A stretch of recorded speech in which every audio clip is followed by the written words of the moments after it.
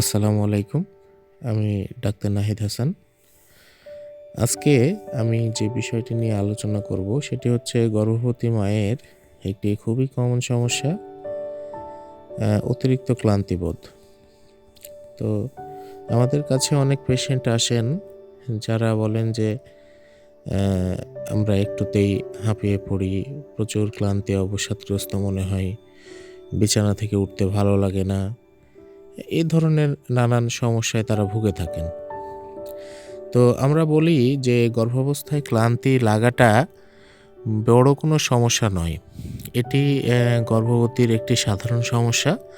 তো কিছু আ টিপস আপনি যদি ফলো করেন, লাইফস্টাইলে যদি আপনি পরিবর্তন নিয়ে আসেন, তাহলে অনেকাংশেই কিন্তু এই সমস্যাটা আপনার কেটে যাবে, রোধ করা সম্ভব।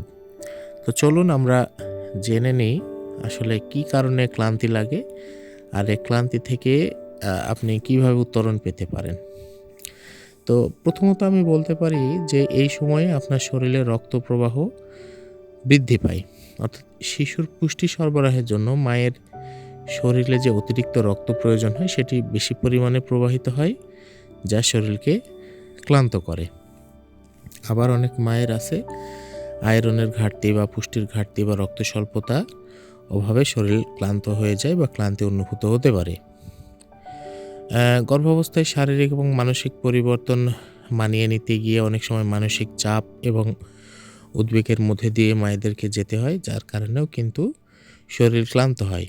এছাড়াও হরমোনজনিত কারণে ভালো ঘুম হয় না রাত্রে এবং ঘন ঘন প্রস্রাবের প্রয়োজনের কারণে ঘুম ভেঙে যায় ইত্যাদি কারণে কিন্তু ক্লান্তিবোধটা হতে পারে।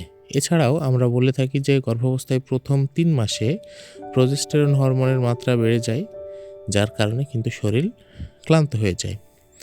তো সাধারণত এই সকল কারণে শরীর ক্লান্ত হতে পারে।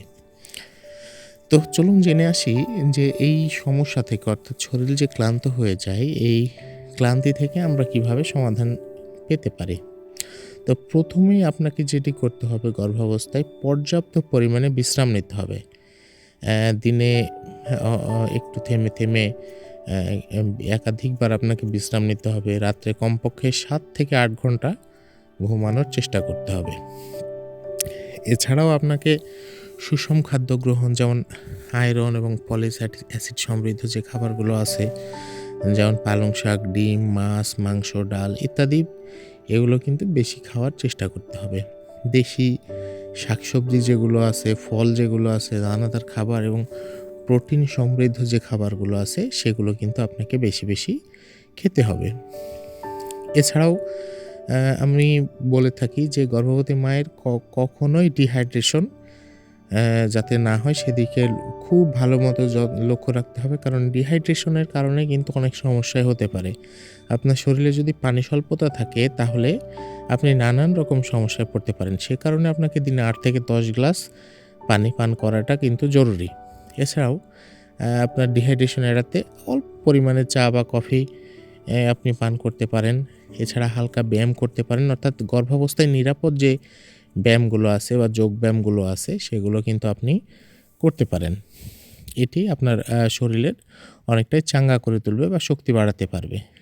আ আমরা গর্ভবতী মায়েরা অনেক সময় অনেক স্ট্রেসে ভুগি, অনেক ট্রমার মধ্যে থাকি যে আমার বাচ্চা কিভাবে প্রসব হবে, পেটের বাচ্চা সুস্থ আছে কিনা। তো এই ধরনের অনেক স্ট্রেস, চাপ, টেনশনের মধ্যে থাকি। তো এগুলো কমাতে হবে। তো এগুলো কমানোর জন্য আপনি যে শ্বাস-প্রশ্বাসের যে ব্যায়ামগুলো আছে, গভীরভাবে শ্বাস-প্রশ্বাস নেওয়া, এ ধরনের ব্যায়াম করতে পারেন। আপনার পছন্দসই মিউজিক পড়তে মানে শুনতে পারেন, বই পড়তে পারেন, প্রেয়ার করতে পারেন, নামাজ পড়তে পারেন। এ ধরনের আপনার পছন্দের কাজগুলো আপনি করতে পারেন। তো উপরোক্ত যে বিষয়গুলো আমি আলোচনা করলাম, তো অবশ্যই আপনারা সেগুলো মেনে চলার চেষ্টা করবেন। তাহলে অনেকটাই ক্লান্তি শরীর থেকে দূর হবে। এখন এটি যদি মাত্রাতিরিক্ত হয়ে যায়, তো অনেক সময় দেখা যায় যে অতিরিক্ত ক্লান্তি হলে রক্ত স্বল্পতা বা থাইরয়েডের সমস্যার জন্য হতে পারে। তো সেক্ষেত্রে আপনাকে অবশ্যই ডাক্তারের পরামর্শ নিতে হবে। কারণ গর্ভাবস্থায় প্রতিটি ধাপে আপনাকে শরীরের প্রতি যত্নবান থাকা অত্যন্ত গুরুত্বপূর্ণ। কোনো অস্বাভাবিক লক্ষণ দেখা দিলে অবিলম্বে আপনাকে চিকিৎসকের পরামর্শ নিতেই হবে। তো সবাইকে ধন্যবাদ জানিয়ে আজকের মতো এখানেই শেষ করছি। ভালো থাকবেন সবাই।